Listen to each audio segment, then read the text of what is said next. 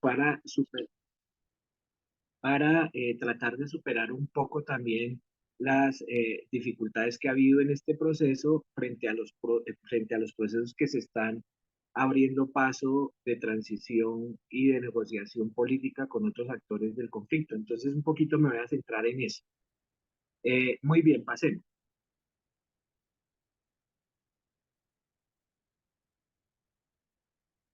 ¿Qué pasará a la siguiente? Bueno, bueno, voy conversando. Listo, gracias.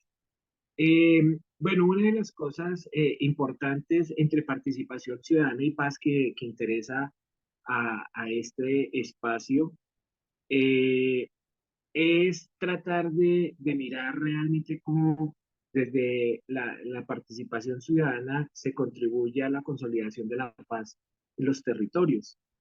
Y hay que decir que en el acuerdo final de paz de noviembre de 2016 entre el gobierno Santos y las FARC, realmente el acuerdo de paz contiene un mundo de mecanismos de participación y de espacios de participación. Son alrededor de 70 mecanismos de participación. Y en general, esos mecanismos de participación que están regados por todo el texto en los 6 puntos del acuerdo de paz, pero fundamentalmente digamos que en el punto 2, que es sobre participación política y apertura democrática para construir la paz, que es el segundo punto de ese acuerdo, esos mecanismos se caracterizan por varias cosas.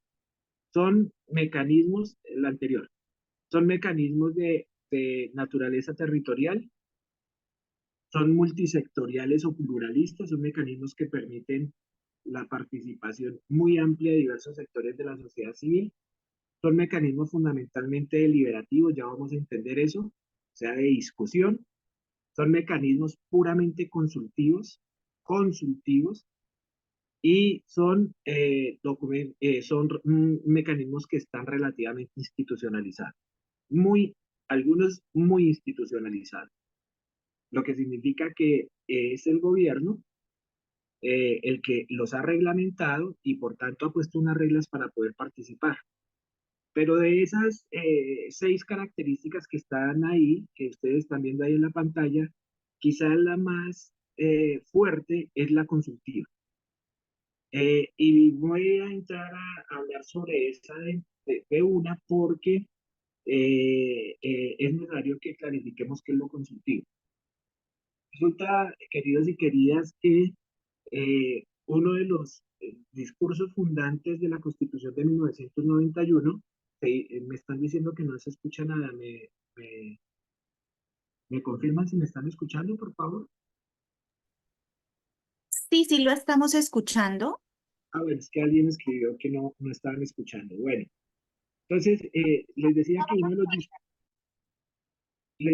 que uno de los discursos fundantes de la Constitución de 1991 fue precisamente el tema de la democracia participativa.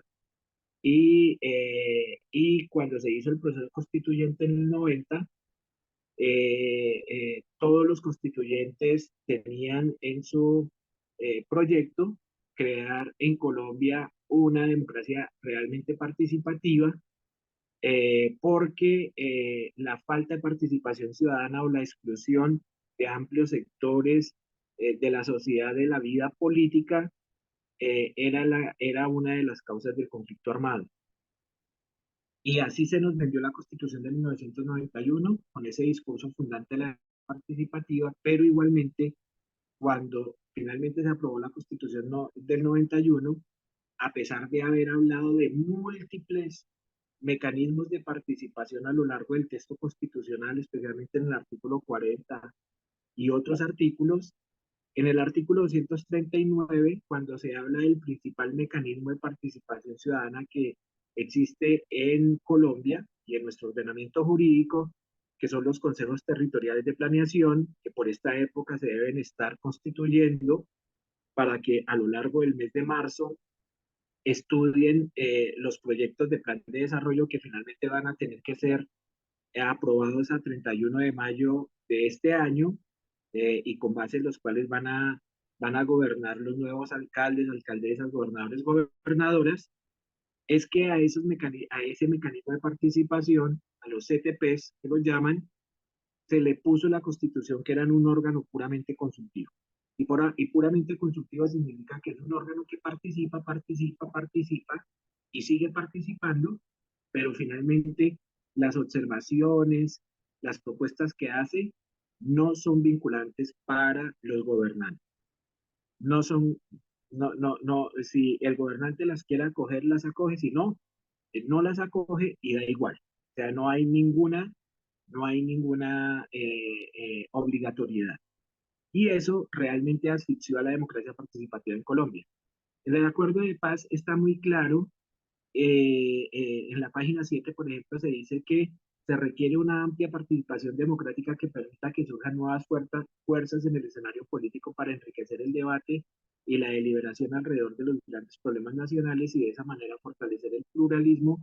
Por tanto, la representación de las diferentes visiones e intereses de la sociedad. Entonces, el acuerdo de paz también acoge ese mito fundante de la participación, pero entiende también en muchas partes, sigamos, entienden que en muchas partes que esos mecanismos que quedaron incluidos en el acuerdo de paz son puramente consultivos. Nosotros, muchas organizaciones del movimiento de derechos humanos en muchos espacios, cuando se estaban haciendo las negociaciones en La Habana, pusimos el tema de que era necesario hacer una reforma constitucional para que se quitara del texto constitucional la palabra consultivo. Lamentablemente, en el texto final del acuerdo de paz, en lo que fue aprobado en noviembre de 2016, no se logró hacer esa reforma constitucional. Ese es un escenario todavía que hay que por trabajar, que hay que ponerlo ahora con la Comisión Nacional de Participación, que fue creada para avanzar en los temas de agenda con el ELN en las negociaciones de paz. Yo creo que ese punto hay que ponerlo nuevamente y ponerlo seriamente, porque mientras la participación ciudadana en Colombia sea puramente consultiva, vamos a generar una reproducción del principio no de democracia participativa, sino de antidemocracia. ¿Y cuál es ese principio de antidemocracia? Es ese que dice, tú participas, él participa, ellos participan, todos participamos, yo decido. Yo, gobernador, yo, alcaldesa, yo gobierno, decido. Entonces, esa es una forma muy chistosa de democracia participativa que tenemos en Colombia. Entonces, debería haber un mecanismo en donde la ciudadanía y lo que diga la ciudadanía tenga algún tipo de poder vinculante para las autoridades. Y por lo menos que si no hay acuerdo con los decisores públicos que son el gobierno, entonces que haya algún mecanismo para resolver las controversias y llegar a consensos. Esa es la verdadera democracia, donde a través del diálogo frente a los desacuerdos logramos consensos, pero eso no existe hasta ahora en Colombia. Entonces, esos 70 mecanismos que fueron incluidos en el acuerdo final de paz fueron diseñados para deliberar, pero no para tomar decisiones jurídicamente vinculantes. Ahorita vamos a ver esa cantidad de mecanismos, son 70 mecanismos.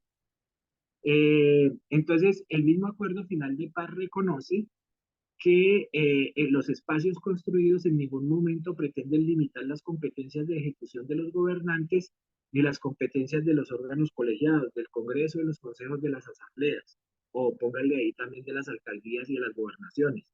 Es decir, todos los espacios de participación para construcción de la paz en los territorios son puramente deliberativos. Muy bien. Y la toma de decisiones, por tanto, de decisiones políticas frente a las políticas públicas que se necesitan para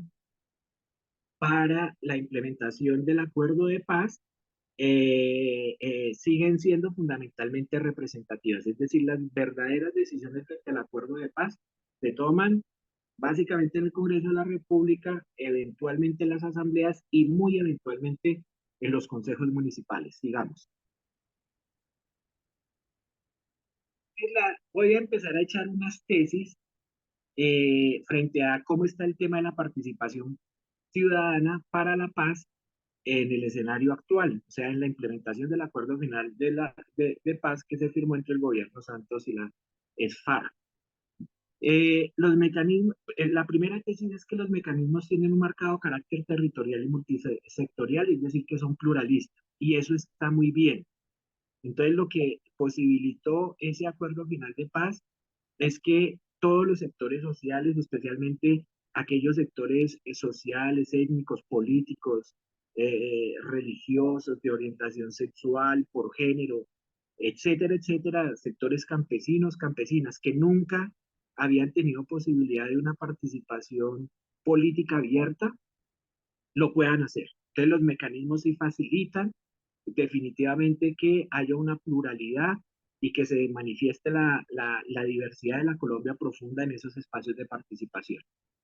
Y pega mucho que eso se hace a nivel territorial.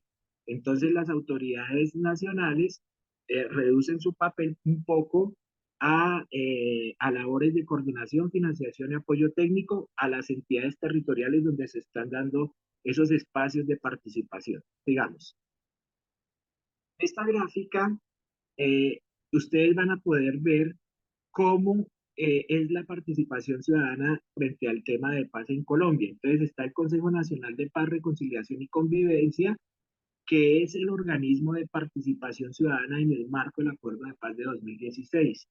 Y fíjense ustedes, eso está por decreto, fíjense el decreto 885-2017, que fue uno de los decretos que se expidió durante el momento de implementación normativa del Acuerdo de Paz, y ese decreto lo que hizo fue habilitar la participación de representantes de más de 100 sectores de la sociedad civil en Colombia. O sea, impresionante, o sea, podemos participar todos desde cualquier sector. Hay comités de justicia transicional que ustedes saben que existen en todos los municipios, en los departamentos. Hay consejos municipales de desarrollo, están los consejos territoriales de planeación, que son el espacio de representación de la sociedad civil en los 1.150 municipios del país y en los 32 departamentos. Hay organizaciones étnicas de mujeres, defensoras de derechos humanos y paz. O sea, prácticamente toda la sociedad, como decía Jaime Garzón, que existe en este país, está representada o puede estar representada en el Consejo Nacional de Paz. O sea que hay un espacio amplio de participación de la sociedad civil en ese órgano de participación, reconciliación y convivencia que quedó en el acuerdo de paz, digamos. La segunda tesis es la siguiente. Los mecanismos de participación tienen en su mayoría un carácter institucionalizado. Y ciertamente, una de las debilidades de la participación de esos 70 mecanismos que quedaron en el acuerdo de paz de 2016 es que prácticamente la mayoría están súper institucionalizados. Es decir, se creó el mecanismo de participación, digamos, por decir algo, para las mujeres o para los pueblos indígenas o para las comunidades étnicas o para los campesinos y campesinas cultivadores de coca. Para todos hay un espacio, pero esos espacios están hiperreglamentados, o sea, están sometidos a reglamentos y eso hace que sean espacios muy institucionalizados. Pasemos, por favor. En la siguiente filmina, ustedes van a ver, podemos hacer una clasificación de los mecanismos de participación que están en el acuerdo de paz. Entonces, la tercera tesis que quiero poner en esta tarde es que el acuerdo final de paz contempla diferentes grados de formalización y finalidades de los mecanismos de participación ciudadana. Entonces, si cogemos esos 70 mecanismos que están en el acuerdo de paz y los tratamos de clasificar, por lo menos nos salen tres categorías. Mecanismos de participación altamente formalizados, que son esos que les digo que están sometidos a regulación legislativa amplia y al desarrollo de reglamentos propios. Son mecanismos que tienen reglamentos y por tanto, si hay un reglamento de base, ya se está excluyendo la libre participación en esos mecanismos. Hay otros mecanismos menos formalizados e institucionales, esos no requieren regulación legal ni reglamentaria, y lo que posibilitan son ejercicios de participación en los que la ciudadanía en los territorios dialoga directamente con las entidades del Estado, exponiendo sus opiniones, sus intereses, sus necesidades. Y hay un tercer tipo de mecanismos que garantizan el control permanente de la ciudadanía sobre los avances de las políticas del Acuerdo Final de Paz en sus 6 puntos. Pasemos. Entonces, miremos en detalle para que ustedes se den cuenta la complejidad de la construcción de participación ciudadana que quedó en el Acuerdo Final de Paz con las FARC, con las ESFARC, con las desmovilizadas ESFARC. Entonces, en los mecanismos altamente formalizados, es decir, los que han sido regulados directamente por el Congreso de la República o que tienen reglamentos propios, se encuentran, por ejemplo, todo el tema de los PEDET, de los programas con enfoque territorial que se están aplicando en 170 municipios del país, en 16 regiones, ¿cierto? Las de más alto impacto del conflicto armado en el país, ustedes lo saben. Están la instancia de consulta para los grupos étnicos, tanto para los grupos indígenas como para los grupos afro. En Colombia hay una instancia de consulta frente a la implementación del acuerdo de paz y está altamente reglamentada. El Consejo Nacional y los consejos departamentales y municipales de alimentación y nutrición, la Comisión Nacional de Garantías de Seguridad, la Instancia Nacional de Participación sobre la Intervención Integral frente al consumo de drogas ilícitas, la Comisión Nacional de Diálogo sobre el Proyecto de Ley de Garantías y Promoción de la Participación Ciudadana, la Comisión de Seguimiento Integral a la Seguridad para el Ejercicio de la Política, la Comisión de Seguimiento y Evaluación para el Desempeño del Sistema Integral de Protección y de Avances para el Desmantelamiento de Organizaciones Criminales, la Instancia Especial de Alto Nivel con Pueblos Étnicos, el Consejo Nacional de Reconciliación y Convivencia, que lo estábamos viendo en la anterior filmina. Entonces, chicos y chicas, fíjense que son un montón de espacios de participación muy claves, pero que se encuentran reglamentados directamente por el Estado, ¿cierto? O que tienen sus reglamentos propios. Y lo más, además de que están hiperreglamentados, el problema fue que durante el gobierno de Duque, durante el gobierno anterior, prácticamente ninguno de esos mecanismos funcionó. O sea, pasaron 4 años de la implementación, de los 7 años de la implementación que llevamos del Acuerdo de Paz de La Habana, y prácticamente durante 4 años, esos mecanismos, a pesar de estar reglamentados, a pesar de que hay un principio que regula la implementación del acuerdo de paz, que es el principio de buena fe, el principio de aplicación de buena fe del acuerdo de paz, que lo hace obligatorio, esos mecanismos durante el gobierno Duque prácticamente muy muy pocos funcionaron. Siguiente filmina. Dentro de los mecanismos menos institucionalizados, es decir, que aquellos que no tienen reglamentos y que permiten un diálogo directo entre las comunidades en los territorios con las instituciones del Estado, se encuentran, entre otros, por ejemplo, las instancias sobre concertación de las zonas de reserva campesina. Ustedes saben que durante este gobierno finalmente se habilitaron, o sea, habían pasado cerca de 10 años en donde no se había armado una sola zona de reserva campesina. Durante el gobierno Petro se han habilitado al menos 3 zonas. Los mecanismos de conciliación y resolución de conflictos sobre uso y tenencia de la tierra, ese mecanismo también es de fácil participación. Va la Agencia Nacional de Tierras a un territorio y allí se puede hablar sobre esas cosas directamente, sin ningún tipo de reglamento que medie la participación. Están los mecanismos de interlocución directa con las comunidades para constituir acuerdos de erradicación de cultivos. Ustedes saben que en un territorio donde se vaya a implementar el llamado programa, el PENIS, el Programa Nacional de Sustitución de Cultivos de Uso Ilícito. Allí se hacen asambleas comunitarias para hacer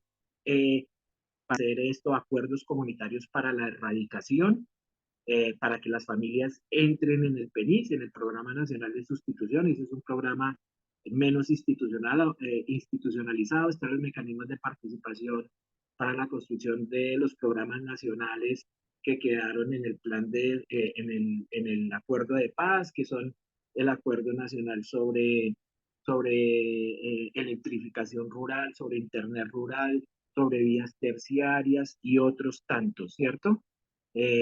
Bueno, pasemos. Siguiente filmina. Estoy pasando muy rápido porque es que en 20 minutos es fregado, en 30 minutos.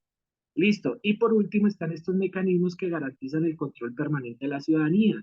Entonces, Hay unos mecanismos que favorecen las organizaciones de la sociedad civil interesadas permanentemente puedan hacerle seguimiento al tema catastral, a ese tema de la implementación del catastro multipropósito, otro que tiene que ver con el registro de organizaciones sociales y un portal web que tenga mapas de seguimiento de los diferentes programas. Ese portal web no existe hasta ahora, yo no lo he visto, existe algo que se llama el Portal para la Paz, pero allí no están los tales mapas de seguimiento a las políticas que se implementan a través del acuerdo final de paz. Sigamos. Es como les decía, chicos y chicas, lo que se armó realmente en el acuerdo de paz fueron una cantidad, 70 espacios que posibilitan la legitimación del Estado colombiano, porque ciertamente al existir esos 70 espacios de participación, sumados a los, no sé, otros 70 espacios que están en todas las leyes y que cada ley que se hace en Colombia debe habilitar un espacio de participación casi. Ustedes saben que hay una cantidad de comités municipales que deben estar participando, ¿cierto? Que deben estar funcionando de participación ciudadana. Está el de la juventud, el de mujeres, el de discapacidad, el de riesgos, el de desarrollo rural. Casi que cada población tiene un mecanismo de participación que debe estar funcionando en los municipios. Entonces digamos que en este momento de la democracia participativa en Colombia hay una inflación de mecanismos de participación, la mayoría no funcionan. La ley 1757 de 2015, que es ley estatutaria de la participación ciudadana, intentó arreglar un poco ese tema de la participación ciudadana, tomó algunas decisiones muy claves, por ejemplo, que se financiaran todos los espacios de participación con el presupuesto público. Hasta ahora eso no ha pasado. Incorporó, por ejemplo, el presupuesto participativo como un derecho ciudadano. Son muy pocos los municipios en Colombia que están haciendo presupuesto participativo, de suerte que tanto los mecanismos de las leyes ordinarias que les estoy nombrando, como los 70 mecanismos que quedaron en el acuerdo final de paz, son puramente deliberativos y y allí no se toman decisiones porque no se votan las decisiones en esos mecanismos. Digamos, la cuarta tesis, me perdonan muy rápido, la cuarta tesis es esta: la participación ciudadana en el marco del acuerdo final de paz tiene un acentuado carácter pluralista y debe ser un límite al poder. Entonces, lo que estamos diciendo es que ciertamente esos mecanismos abren mucho la participación para que todos los sectores y toda la diversidad social en Colombia se pueda manifestar. Y esos mecanismos, de todas maneras, a pesar de que no tienen un poder vinculante que le pueda imponer a las autoridades las cosas que allí se deciden, pero que no son vinculantes, sí sirven para que las decisiones políticas ganen fuerza, para que esos consensos sean tenidos por las instituciones, para que esos compromisos que salen de allí, de esos mecanismos, aunque no sean jurídicamente vinculantes, sí lo sean desde el punto de vista moral y político para el Estado colombiano. Y eso significa un límite al poder. Digamos, la quinta tesis es que la participación ciudadana en el posacuerdo contribuye a la construcción de paz sustentable. Y entonces esa es una cosa muy importante, y es que, por ejemplo, en el proceso de construcción en el proceso de construcción de los PD, fue impresionante la cantidad de gente que participó, de todas las veredas, de los municipios. Primero fueron por veredas, luego fueron municipales, luego fueron regionales. Una participación, una movilización social ciudadana muy importante para hablar sobre los PEDER y los programas y los planes y programas que deberían quedar en los PEDER. Y entonces eso sí fortalece mucho la construcción de paz sustentable en los territorios. Y cada vez que hay participación ciudadana, pues se legitiman las políticas de un Estado. La participación ciudadana es la base de la legitimación política del Estado. Entonces, en ese sentido, que existan esos mecanismos, así no sean vinculantes jurídicamente, es importante desde el punto de vista político por su legitimación y porque ayuda a construir paz. O sea, la ciudadanía, es mejor que la ciudadanía esté participando y esté haciendo consejos políticos, porque eso la aleja de las dinámicas de la guerra, ¿cierto? La sexta tesis que quiero poner es que la participación ciudadana sirve para reducir la conflictividad social y hacer frente al colapso parcial del Estado. Entonces, ¿qué quiere decir esta tesis?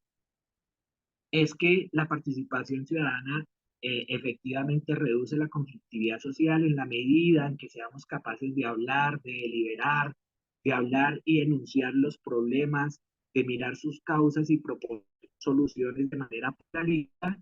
Se contribuye a construir, digamos, consensos sociales, pactos sociales, y eso reduce la conflictividad territorial.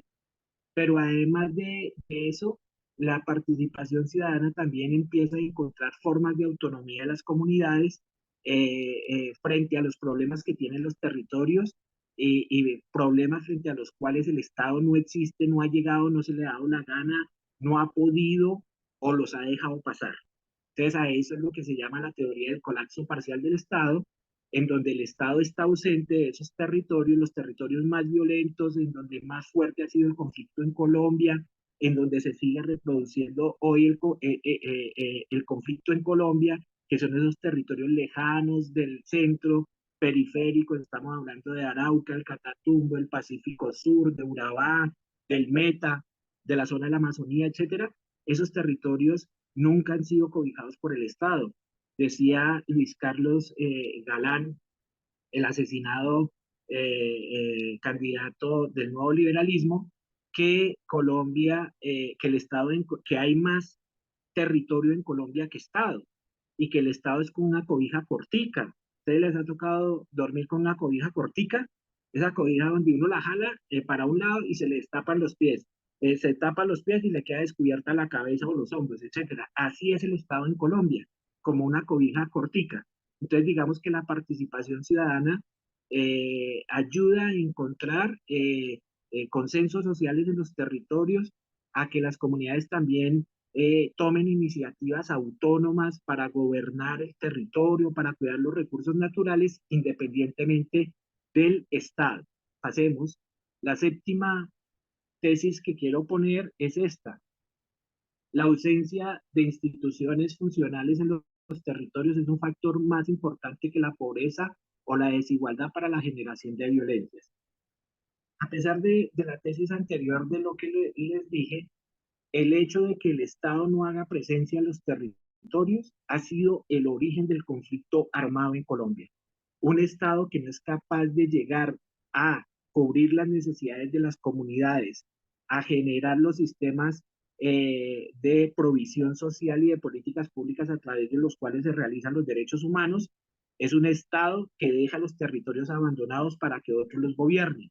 Tenía razón la gran politóloga de la Universidad de Antioquia, María Teresa Uribe, cuando exponía su tesis sobre que en Colombia el conflicto armado significa una soberanía en vilo, o sea, un estado en suspenso, un estado de cobija cortica que no llega a todos los territorios, y una soberanía en disputa, porque allí donde el Estado no llega, empiezan a actuar otros actores que han sido actores del conflicto armado, que empiezan a generar gobernanza en los territorios, y son de todo estirpe.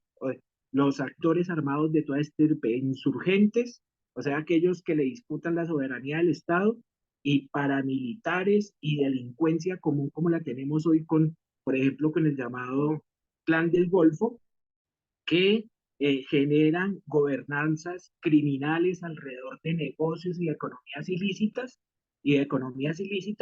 y entonces cuando el Estado no está allí, entonces se generan esos procesos de violencia en donde la más afectada es la sociedad civil. A esa falta de presencia del Estado es lo que el profesor Fernán González llama el colapso parcial del Estado. Ese es el colapso parcial del Estado. Y eso, más que la pobreza y la desigualdad en los territorios, es lo que genera violencia. Entonces, el Estado ha sido incapaz y ha tenido un fracaso dramático en el tema de, por ejemplo, la informalidad en la propiedad territorial. Eso no lo ha resuelto desde hace 200 años que tenemos vida republicana, el tema de la elevada concentración de tierra, la minería ilegal, los cultivos de uso ilícito, los altos índices de pobreza, el poco acceso a la educación a la salud y a otros derechos, el atraso en infraestructura, etcétera. Tenemos un Estado incapaz de llegar a los territorios y gobernar.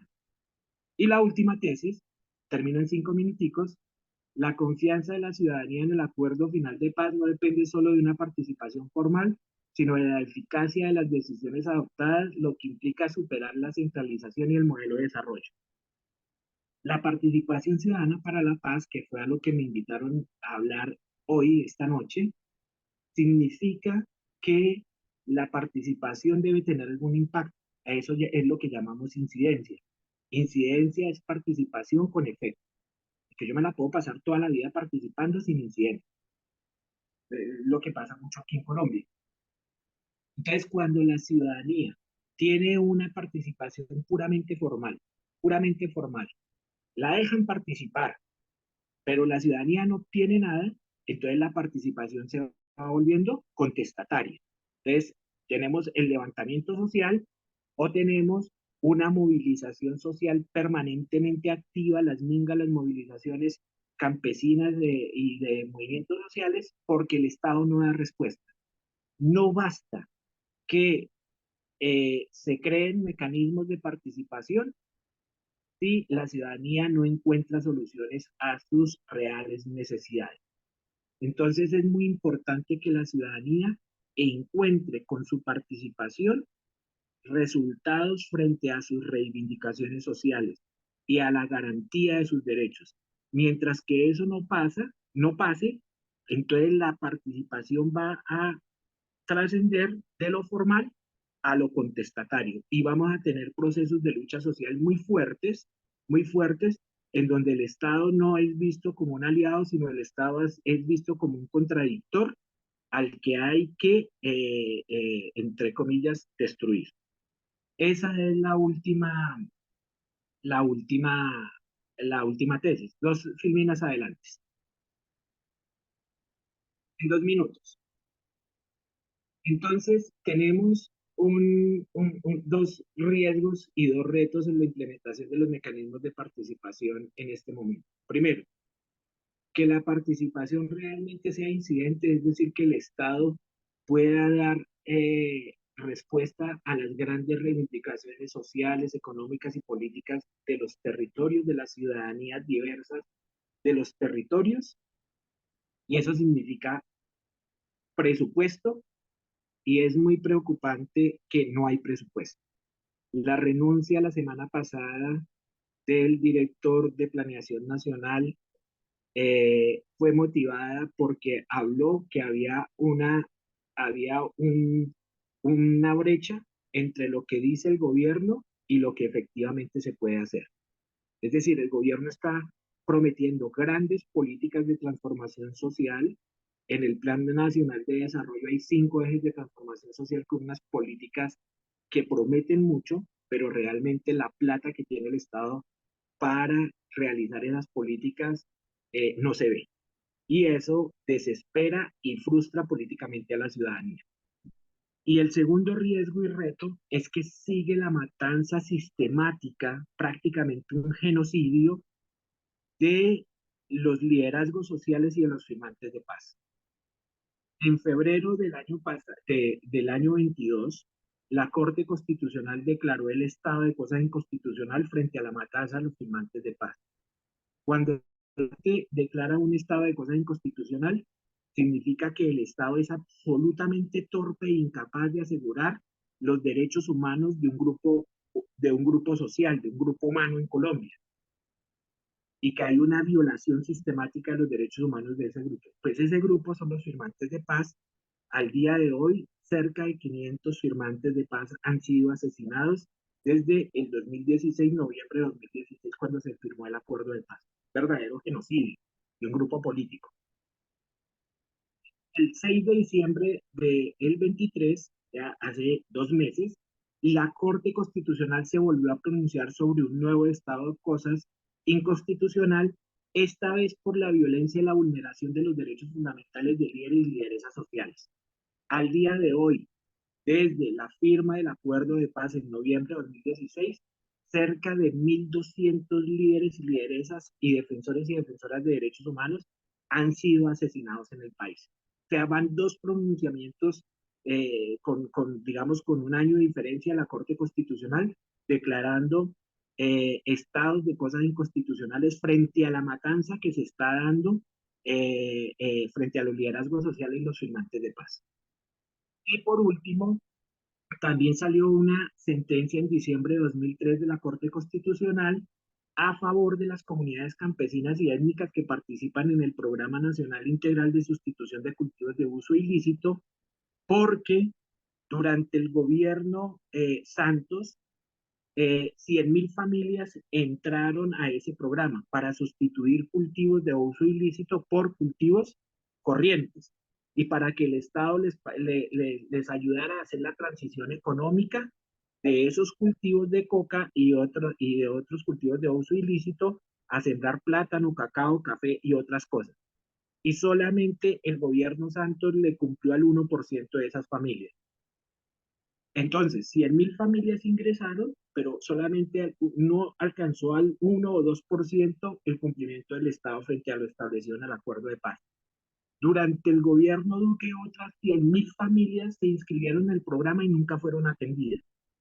Nunca fueron atendidas. Entonces, si somos conscientes de la ineficacia de esa política pública, entenderemos por qué han crecido los cultivos de coca en el país. Entonces, es sumamente preocupante que esos mecanismos de participación que quedaron ahí, pasemos a la última filmina, no se estén cumpliendo y por eso estemos en esos pronunciamientos permanentes de la Corte Constitucional que significan un nivel de ilegitimidad y de vergüenza pública para el Estado colombiano. Con este gobierno se han hecho avances, son avances significativos frente a lo que hizo el gobierno de Santos y de Duque sumados, pero de todas maneras el Estado colombiano sigue en saldo rojo frente a la protección de la vida, los derechos de las ciudadanías que están trabajando y luchando la paz, especialmente en los territorios más afectados por el conflicto armado en Colombia desde hace 60 años. Muchas gracias para todos, para todos.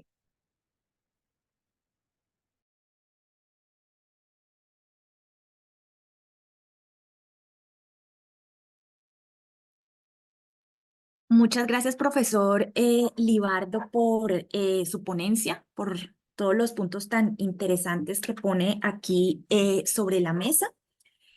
Les voy a pedir el favor de darnos una espera de un minutico mientras empezamos a proyectar la presentación de Juliana, que nos va a hablar sobre mecanismos de participación autónomos.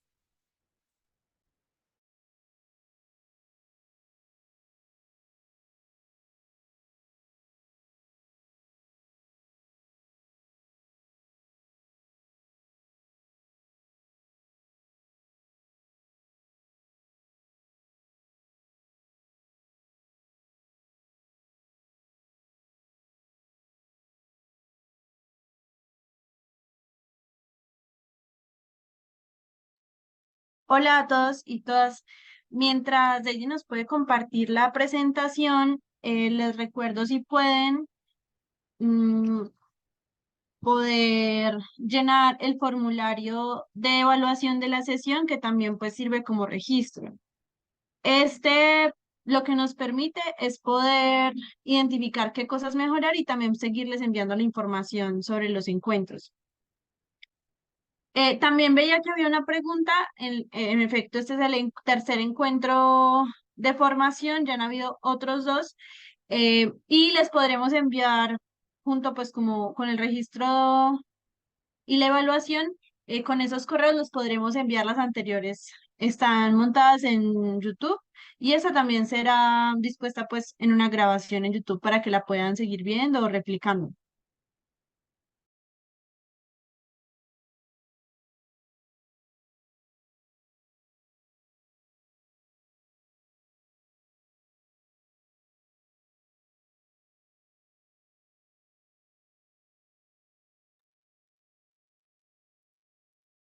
Bueno, ¿me confirman si se ve bien la presentación? Bueno, le damos paso Yo te entonces, estoy viendo. como Juliana, perdón. No, no, que la estoy viendo. Ah, listo, perfecto. Bueno, le damos paso entonces a Juliana Ramírez, quien es defensora de derechos humanos y politóloga, integrante de Ciudadanías para la Paz y delegada al Comité Nacional de Participación. Bienvenida, Juliana.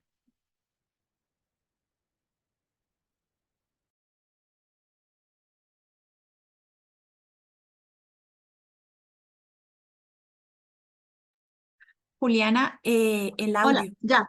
Ya. Es que se había... Listo. Contarles que Ciudadanías para la Paz, la organización de la que hago parte, es delegada al Comité Nacional de Participación. En este nuevo contexto de paz total se abrió un proceso de negociación con particularmente el Gobierno Nacional y el Ejército de Liberación Nacional ELN, que tiene como uno de sus puntos la participación. Y en ese sentido, ellos proponen que hayan varias fases de esta. Entonces, también pensábamos que este espacio nos pudiera ayudar o posibilitar pensar esos mecanismos que serán utilizados para la participación. Además, partiendo también de la experiencia que ya nos compartía el profesor Libardo. Y en ese sentido, entonces contarle, bueno, que la participación tiene varias fases. La primera tiene que ver con el diseño, la segunda tiene que, no, tranquila, todavía no. La segunda tiene que ver con el diagnóstico de la democracia, muy relacionado con lo que estamos conversando. Y la tercera, la agenda de transformaciones. Por último, la sistematización. En este punto en el que estamos, que es el diagnóstico de la democracia, nos hemos venido preguntando en diferentes encuentros territoriales y regionales sobre cuáles deberían ser el modelo de participación y el plan. Eso tiene que ver con el cómo vamos a participar, quiénes, cuándo, etcétera, ¿cierto? Y entre esos, uno de los temas muy importantes que se han identificado son los mecanismos, es decir, por medio de qué escenarios vamos a participar, que ya el profesor Líbaro también nos mencionaba un poco al respecto. Entonces, contarles que también ese es un poco la idea, el propósito de este encuentro, que logremos conversar sobre eso que hemos entendido por mecanismos y que puedan ser utilizados tanto para esta coyuntura en específico, que es esta mesa de negociación, como para posibles eh, encuentros y espacios, ¿cierto? También pensando en que esto nos pueda servir para tener una visión un poco crítica alrededor de lo que pasa en términos de la democracia, pensaría. Entonces, pues no siendo más, la idea es poder como comentar un poco cuáles son los mecanismos de participación autónomos que ya conocemos, algunas de sus características. Y en ese sentido, pues algunas oportunidades y retos. Entonces, si quieres, podemos seguir. Listo. Me parecía importante empezar reconociendo que la participación no tiene un significado estricto. Es decir, para lo que puede ser para mi participación no lo es igual que para, por ejemplo, el doctor Lafourcade o para Petro o para muchas otras personas. Y en ese sentido, la participación es una palabra que en síntesis es un molde. Es decir, puede ser utilizada por todos, pero el contenido puede ser muy diferente. Y por eso partimos por reconocer que la participación está en una pugna o en una negociación. Por eso las fichas del tablero como de ajedrez, ¿cierto? Estamos allí y dependiendo de quién esté jugando, de cómo esté jugando, de cómo se ha utilizado, pues tiene unas capacidades o no. Es decir, puede mantener, reformar o transformar el sistema en el que está social y político. Y eso es un elemento muy importante porque hay una participación, como ya nos decía el profesor Libardo, que mantiene las cosas, que usualmente tiene unas características consultivas, incluso puede no ser deliberativa, por ejemplo, la representación, por el voto puede mantener los sistemas, pero también hay algunas que la reforman, entendiendo que puede llegar a tener incidencia en ese tablero en el que estamos o la puede transformar, ¿cierto? Puede voltear el tablero y empezar a jugar otra cosa. Entonces, un poco me parecía importante empezar por ahí reconociendo que tenemos la oportunidad también de dotar de contenido esa participación. Si quieres, podemos seguir. Sí, eso. Y en ese sentido, si buscamos construir una participación que sea coherente en términos de la justicia y la soberanía popular, que como dice incluso la misma Constitución, pues el pueblo es el soberano, deberíamos contemplar que esa participación debe tener por lo menos dos características muy importantes. Que sea democrática, y eso tiene que ver con la toma de decisiones. Y ahí ya estamos diciendo una cosa, y es que esa participación va a tomar decisiones. O sea, no solamente le van a consultar, sino que va a tomar decisiones. Y además de eso, debe ser, pues debe representar la construcción de todos los afectados o todos a quienes hayan participado o hayan estado en ese ejercicio. Y además de eso debe ser deliberativa, es decir, que a partir de los argumentos de unos y otros se tomen esas decisiones y que sean aceptables por medios de justificación, de argumentación y no de imposición. Entonces ahí tenemos dos, pues como grandes características que debería tener esa participación eh, si la queremos empezar a dotar de contenido. Si quieres, podemos seguir. Listo. Y ahí, entonces, por lo mismo que ya decíamos, la participación tiene una cosa muy importante que son los mecanismos. Es decir, por medio de qué la voy a ejecutar, o voy a poder estar, o voy a poder deliberar, y por qué cómo va a ser democrática. Y estos mecanismos son la concreción de la misma de la participación y son las quienes la dotan del alcance y el contenido, ¿cierto? Ahorita el profesor Libardo nos decía, bueno, acá hay unos mecanismos que fueron utilizados para el acuerdo final de paz con las FARC, y esos alcances han sido limitados porque el contenido o la forma en la que podemos discutir, pues no nos permite, por ejemplo, llegar a una toma de decisiones, sino simplemente a consultar o a proponer algunos asuntos que de igual manera se terminan tomando las decisiones en otro lugar. Entonces, por eso la importancia del mecanismo, ¿no? Y también cómo hacemos para que ese alcance sea real, que será uno de los retos pues que podremos identificar. Esa participación, por tanto, puede ser legislada o no legislada, y ahí es cuando vamos también a lo autónomo. Si quieres, podemos seguir. La participación legislada es aquella que se encuentra, por ejemplo, en la constitución política, en lo que ya nos decía el profe en términos del acuerdo de paz, y aquí hay un cuadro pues que lo sintetiza, igual hay este documento de la ABC, se los podremos compartir si lo quieren revisar punto a punto. Y son algunos mecanismos de participación ciudadana que han sido utilizados desde la Constitución del 91, algunos desde antes, y otros que se suman, como los que ya nos compartió el profesor. Y en ese sentido, hay unos que son promovidos particularmente por la sociedad, no en términos de representación del consejo, ni del alcalde, ni de nada de esto, sino de la sociedad, de sus grupos sociales, y son la iniciativa popular, legislativa y normativa. Es decir, nosotros tenemos la posibilidad de, por medio de unos momentos, fases, construir una propuesta legislativa, ¿cierto? Que se lleva al Congreso y que debe ser tramitada. También podemos proponer referendos, consultas populares, revocatorias del mandato y el cabildo abierto.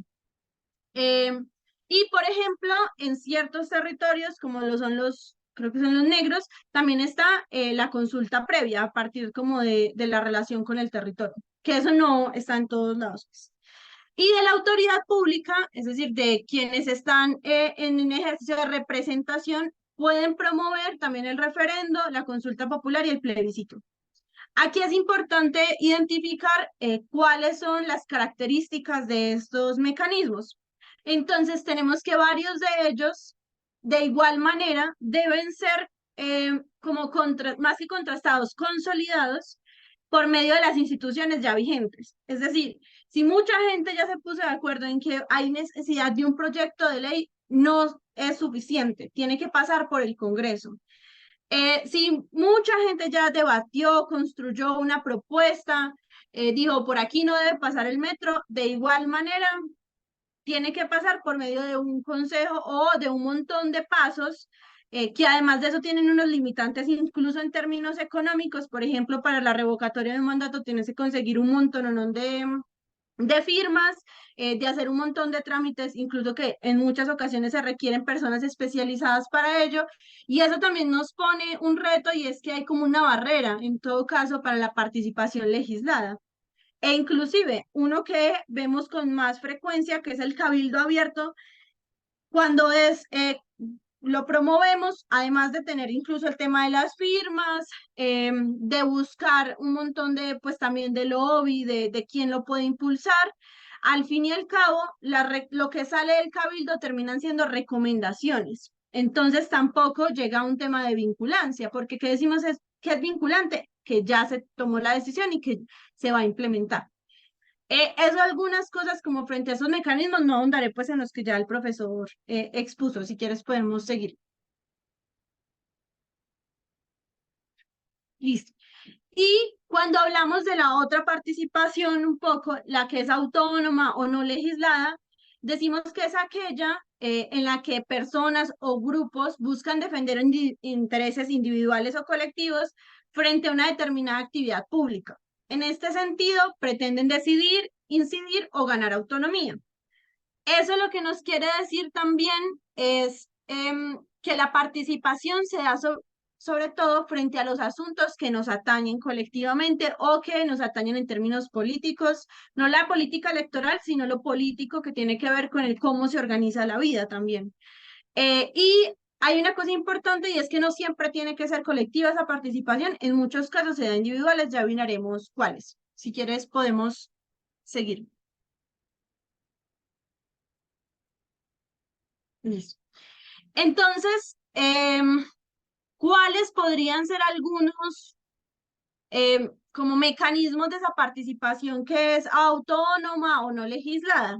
Tenemos uno de ellos que es la protesta social. Esa la conocemos pues y tiene muchos repertorios, no es únicamente la marcha, sino también las tomas culturales, pero también incluso la toma de instituciones como lo han hecho históricamente el movimiento campesino, entre muchas otras, pero esa protesta entonces tiene un limitante que ha tenido históricamente. Se supone que debería estar garantizada, pero constantemente se aúna el tema de la protesta con obstaculizarla por medio de diferentes mecanismos. Entonces ha estado la estigmatización, el señalamiento, la criminalización, y tiene que ver un poco con lo que ya decíamos antes, y es que esa participación, que no tiene un contenido específico, sino que uno la va dotando de contenido, es una pugna, es una negociación, y en ese sentido, quienes ya ostentan, por ejemplo, la representatividad, eh, no desearían en ese sentido, pues como que otro mecanismo les quite la posibilidad de ellos tomar la decisión, porque ¿qué hemos logrado, por ejemplo, con la movilización?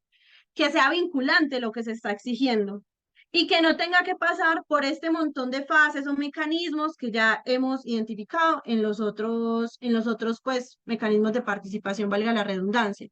Algunos ejemplos de ello, pues el más cercano es el paro nacional, que logró que no se hiciera una reforma tributaria, que logró que se cayeran varios de los ministros, ¿no? Y eso entonces nos pone a pensar que hay mecanismos que no están legislados, pero que terminan por ser de pronto hasta más eficientes, o que para las mayorías son más accesibles. También están, como decía, las tomas culturales, y las manifestaciones, pues, como en su complejidad. Si quieres, podemos seguir. Otros, ay, anterior. Otros de los mecanismos de participación no legislados tienen que ver, por ejemplo, con las asambleas populares o ejercicios de consulta popular, que no tienen que tener necesariamente la visión de asamblea, pero pueden ser consultas populares, asambleas, espacios en todo caso en el que un grupo de personas tengan, además de esas dos características, la deliberativa, y es decir, que a partir del argumento se construya el consenso o la visión o el acuerdo al que se va a llegar, y la democrática, y es que tengan la posibilidad de estar allí y de ir tomando las decisiones. Pero además de eso, entonces, la asamblea se queda con un elemento y es cómo logro que lo que yo define en una asamblea popular o en una consulta popular, no la legislada, sino otros escenarios o en un foro, pues eso se vuelva vinculante, ¿no? Porque decíamos, no toda participación es vinculante, hay algunas que son deliberativas, hay algunas que son consultivas, pero ¿cómo logramos que eso se vuelva vinculante? Ahí lo que la experiencia nos ha nombrado un poco es que se hace por medio un poco de dos momentos, ¿no? El tomar una decisión, el poder construirla, para que llegue ya a esas instancias en las que sea una decisión en sí misma, es decir, que sea poder en ese juego en el que nos poníamos ahorita, pues implica un mecanismo que obliga al otro, es decir, a quien tiene la representación, a que la decisión que se ha tomado colectivamente se asuma. Y usualmente ese mecanismo es, por ejemplo, la movilización. Hay otros, en términos de retos que ahorita nombraremos, y también las mesas de negociación, que no son, y eso es otra cosa importante, que también son utilizadas por la sociedad. Entonces, cuando tenemos un problema, por ejemplo, en un territorio de alguna ciudad, puede ser, por ejemplo, en Medellín, donde yo estoy, y hay un desastre, ¿cierto? La gente salió a parar la calle. ¿Cómo se logra que la petición que ya se ha construido por medio de un escenario colectivo, democrático, deliberativo, llegue a ser una decisión incluso que se va a ejecutar y se va a implementar por medio de la presión de la movilización, por ejemplo, pero también de las mesas de negociación entre aquellos que ya se han encontrado de la asamblea, de la consulta, del foro, del espacio y la institucionalidad? Pero entonces ahí nos vuelve a quedar un reto que ahorita nombraremos. Hay otros que también podemos retomar de los pueblos ancestrales, indígenas, negros, que tienen que ver, por ejemplo, con las mingas, muy ejecutadas en el suroccidente, en el Caribe, por esto que ya nombre, y que también nos implican unos métodos del cómo se llevan a cabo esos mecanismos. Si quieres, podemos seguir. Y hay un último mecanismo, bueno, hay muchos más, estos son solo algunos ejemplos, pero uno más que creo que sería importante o cabe la pena resaltar, y son las redes sociales, lo virtual y las comunicaciones. Reconociendo obviamente que las comunicaciones no únicamente son virtuales, sino que, por ejemplo, está la radio, está el periódico mural, bueno, hay muchas otras, pero incluso cuando uno empieza a revisar experiencias, hay una en África muy interesante en Argelia que tiene que ver con una radio para la paz. Y ese es un escenario entonces en el que la gente va, opina, se encuentra, y eso ha permitido que estas personas vayan construyendo paso a paso una participación menos rápida, pero al fin y al cabo efectiva, de qué es lo que debería cambiar. Pero también tenemos las redes sociales como un elemento que debe ser, por el momento en el que estamos, la realidad en la que estamos, vinculada a la participación. O cuántas veces no se logra a partir de campañas comunicativas, twitteratones o este tipo de ejercicios, poner un asunto que es público en el centro, ¿cierto? O ya hemos visto experiencias, por ejemplo, en Estados Unidos, en El Salvador, bueno, en muchos lugares, donde eso incluso empieza a incidir en la política institucional, y en ese sentido, pues sería importante retomarlo para este proceso, ¿no? ¿Cómo logramos también que la participación se mueva también en los escenarios virtuales? Y que al fin y al cabo siga siendo deliberativa y democrática, creo que eso es un reto. En términos de los retos que quería nombrar para que podamos conversar también de lo que hemos conocido, creo que uno de ellos es cómo lograr que la participación no sea únicamente particular, sino que también vaya a lo general. ¿Esto qué quiere decir? En muchas ocasiones de todas estas experiencias que mostré, los movimientos sociales nos hemos quedado en lo reivindicativo, es decir, en lo concreto, en lo que me atañe por esta coyuntura, en el alza del mercado que me van a hacer, en que son cosas necesarias, claramente, porque es igual lo que nos está implicando movernos. Pero ¿cómo logramos tejer, por ejemplo, que no es únicamente el problema de la vía, sino de la infraestructura nacional? ¿Cierto? O que no es únicamente un problema de que en medio de una pandemia no tengamos cómo estudiar porque la situación económica está peor, sino que la educación es un derecho y por eso debería ser gratuita y universal. ¿Cierto? ¿Cómo logramos tejer lo particular, lo específico, lo territorial, muy en ese sentido, con la visión de país, de proyecto de país, de lo estructural que hemos llamado, por ejemplo, en este proceso de negociación, pero también en otros elementos. Entonces ahí hay como un reto y es como buscamos cambiar esa correlación respecto a lo estructural. Porque, por ejemplo, nosotros pensamos en el problema que tenemos con una vía que nos van a cambiar, ¿cierto? Por un plan parcial u otro elemento de los planes de desarrollos. Pero no nos ponemos o no hemos logrado, no porque no queramos, sino porque las condiciones así también lo ponen, ver que esa vía que va a pasar por ahí no es resultado de una decisión casual, sino que hace parte de un plan de desarrollo muy grande del que no hicimos parte, por ejemplo, o del que nosotros propusimos cosas y nada de eso fue vinculante, como ya el profesor lo decía, estos grupos de planeación territorial, en este momento no recuerdo puntualmente el nombre. Y en ese sentido, entonces, hace falta avanzar en la cualificación de la lucha, en la cualificación de la participación, que permita que podamos avanzar en herramientas que nos permitan, pues, que no únicamente estemos en lo reivindicativo, sino en la visión de país, en la tecnificación de esa lucha, en también los cambios estructurales. Y como les decía, pues no es que no queramos, es que hay unas condiciones, le han llamado algunos capital cultural o social, que en todo caso son las herramientas con las que contamos. No es lo mismo las herramientas con las que cuenta la Comuna 5 necesariamente por las personas que la habitan, las posibilidades que han tenido de educación, pero también las capacidades de incidencia en las instituciones que las que pueda tener un poblado, por ejemplo, para hablar del caso de Medellín, pero asimismo en muchos otros elementos, ¿cierto? Incluso dentro de los departamentos. La segunda que quería poner también como a consideración en términos de los retos tiene que ver con la autonomía. Ahorita me decían como que pudiera desarrollar eso, ¿cierto? Yo considero que una participación no legislada no implica que sea autónoma en sí misma.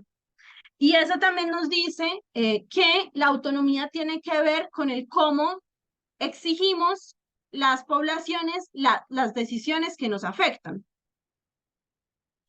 Y eso tiene que ver, además de eso, con que, por ejemplo, frente a cierto problema montamos una mesa de negociación, ¿cierto? Esa mesa de negociación la logramos a partir de la movilización que hemos dicho que es autónoma, o a partir de diferentes ejercicios de incidencia, de redes, bueno, que es autónoma, ¿no? Visibilizamos un problema y logramos poner esa mesa. Pero entonces, en medio de la mesa llegamos a unos acuerdos, pero dejamos que el establecimiento, quien ha vulnerado los derechos, más allá de quién esté la persona en sí misma, el establecimiento lo que implica, a que él mismo decida cuándo ejecuta las cosas, cuándo las implementa, cuándo las acuerda, y en ese sentido, entonces, ¿qué tan autónomos somos frente a la participación? Porque no estamos tomando una acción proactiva, sino de dependencia frente al quien estamos negociando. Y creo que este es un elemento importante que podría ser utilizado también para pensarnos mecanismos de cara a una mesa de negociación de paz. ¿Cómo logramos que como sociedad le pongamos dientes a esos mecanismos para que no sean ellos, por ejemplo, la mesa en términos del gobierno y el Ejército de Liberación Nacional en este caso, quienes decidan cuándo se implementa, qué se implementa, y en ese sentido el tema de lo vinculante, ¿no? Y además de eso, que puede hacer, que ha pasado en muchas ocasiones, la participación instrumentalizada por medio de diferentes elementos, y es que esperamos a que sean elecciones, entonces la condicionamos a los votos, o el cabildeo clientelismo, que tiene que ver con buscar a aquel en la institución para que sea posible esta participación, así se hayan agotado otros elementos. Entonces, por eso decía, la movilización no es lo único que nos podrá permitir la participación, sino, por ejemplo, el cabildeo o el clientelismo, ¿no? ¿Qué tan autónoma puede ser una participación que parte de ahí? ¿Cierto? Por eso decía también el tema de lo no legislado. Y además de eso, por ejemplo, para que tengamos algunos elementos, frente a ejercicios autónomos de esa medida que han tenido mesas de negociación, ha estado los ejercicios de las mingas o de la cumbre agraria étnica campesina y popular. Que ahí, creo yo, habría que revisar algunos elementos. Se logró una mesa de negociación con un acuerdo, un decreto puntualmente que establece la cumbre como un escenario de interlocución, con unas mesas técnicas, ¿cierto? Pero ¿qué pasó? Con el tiempo, y eso tiene que ver con la fuerza de quienes generan la participación, se perdió un poco la fuerza y también la unidad que les permitía seguir poniendo ese tema en la mesa. Entonces se dejó que fuera el gobierno el que fuera ejecutando, por ejemplo, el tema de la reforma agraria, entre muchos otros elementos pues que habían allí. Y eso nos pone de nuevo en la tensión sobre la autonomía, que además de eso debe ser activa. No me puedo decir únicamente autónomo, sino que tengo que tener decisiones de seguimiento que lo permitan. En ese sentido, pues también creo que estaría, o más bien, nombraríamos el reconocimiento, y es que nos encontramos ahorita en una tensión. Hay escenarios de participación que no están legislados, no son constitucionales ni institucionales, y que en ese sentido históricamente se han vinculado a que es ilegal. Es decir, entonces la protesta social, claro, debe garantizarse, pero lo primero que se hace es mandar a la OUDEMO ahora, SMAD en todo caso, decir que eso está vinculado con cierto grupo al margen de la ley, porque lo que no está legislado pareciera ser malo, cuando nos damos cuenta que es al fin y al cabo la potencia de la democracia, porque es de los pocos mecanismos que nos permiten realmente llevar a cabo las decisiones colectivas sin que estén mediadas necesariamente por la institucionalidad o por lo menos en su proceso. Entonces ahí hay otro elemento y es cómo logramos que estos mecanismos que definamos, pueden ser estos o otros, que sean autónomos, deliberativos, democráticos, vinculantes, sean reconocidos en términos de la decisión, ¿cierto? ¿Cómo hago para que esta asamblea que tomó esta decisión o en un foro muy grande en el que estuvieron los gremios de vivienda, por ejemplo, y estuvieron los viviendistas y estuvieron las OPB, que son las organizaciones populares de vivienda, y estuvieron inquilinos, asociaciones, que todos estos se encontraron y dijeron, bueno, esta es la manera de salirle al déficit habitacional. ¿Cómo logramos que esa decisión pues realmente se convierta en un asunto que se va a implementar, ¿cierto? ¿Por medio de qué ejercicio se va a reconocer ese espacio? Y además de eso, ¿cómo logramos que no haya una dependencia institucional, por último, que sea únicamente por ese medio el que permita que la participación se ejecute o se implemente? Hay algunos ejemplos de ello y son negociaciones territoriales que lo que han hecho es pues que los recursos que son necesarios para que esta movilización que se dio por un acueducto pues sea la Junta de Acción Comunal o aquellos se movilizaron quienes la implementen, por ejemplo. Habrán muchos otros ejemplos en ese sentido. Si quieres podemos seguir, que ya es casi la última. Listo. Y pues ya como para ir terminando, creo que en términos de las posibilidades hay varias, ya nombraba el tema de la movilización, y no porque sí, no por un fetiche del movimiento social frente a la movilización, sino que porque nos damos cuenta que cuando lo están y cuando no, los escenarios de participación, como están en un juego, no están en sí mismos con un contenido, sino que hay que llenarlos de contenido con unos mecanismos que los hagan posibles, pues es necesario ejercicios de presión, ¿cierto? Que hagan que el otro vea o posibilite o sea obligado a que lo que estamos definiendo, decidiendo de manera democrática y deliberativa, sea implementado, sea ejecutado, sea real o sea poder, ¿cierto? Porque el poder no es una cosa que yo tengo porque llegué a una alcaldía, por ejemplo, sino que poder pueden tener también las comunidades cuando son capaces de autodeterminar su territorio, entre muchas otras. Y uno de los medios por los cuales se logra eso hasta ahora ha sido la movilización. Decía ahorita, la presión en medios, por medio de las redes sociales, de la comunicación política, es otro elemento que puede aportar en ese sentido.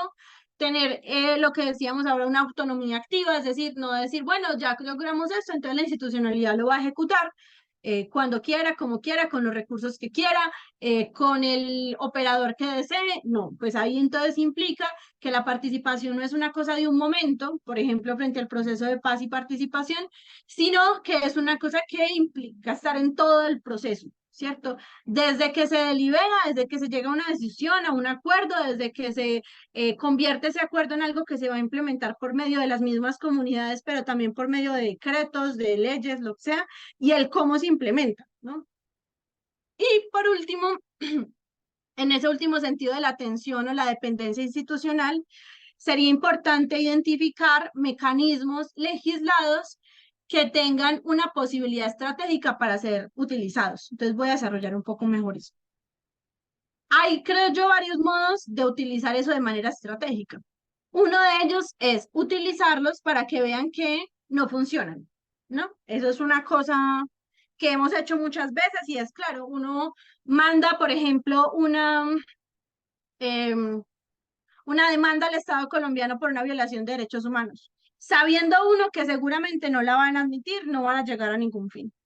Y es estratégico en tanto cuando pasa el tiempo, el Estado no resuelve, no repara, pues usted la lleva a la CIDH. Y ellos obligan al Estado y dejan un precedente. Por ejemplo, eso más en términos de lo jurídico, pero de la participación también es posible hacer eso. Entonces, en muchas ocasiones se han utilizado, se han buscado hacer consultas previas o consultas populares frente a proyectos megamineros o de este tipo. Como no funcionan, no porque la gente no quiera, sino porque, por ejemplo, tiene tantos puntos que nunca logramos a que lleguen, no se logra que se llegue a la consulta, o la gente, pues, por miedo, por ejemplo, en Colombia, por ejercicios, por ejemplo, de ejércitos paramilitares, no sale a votar, etcétera, pues se logra por otros mecanismos como la movilización o por otros escenarios, poder presionar esas decisiones o esos mecanismos de participación más autónomos. Y en ese sentido, pues eso implica que tengan los legislativos en tanto no funcionan o no han funcionado de manera formal, que pues haya que utilizar espacios desregulados o muy propios pues como de otros escenarios.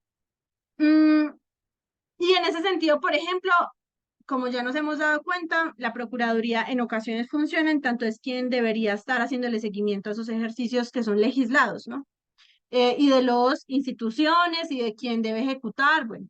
Entonces, las veedurías también tienen un papel interesante ahí.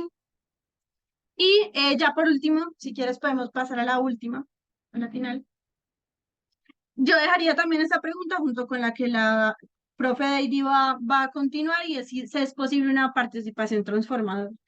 Y creo que ahí hemos identificado que es difícil, pero no es imposible, y en ese sentido, pues hay que tener por lo menos 3 elementos, y es que sea vinculante, autónoma y democrática, reconociendo que esto del autónomo pues tiene un montón de tensiones, pero también unas posibilidades. Yo dejaría por ahí, pues creo que en el chat habían varias preguntas, palabras, pero no les alcancé a leer a tiempo.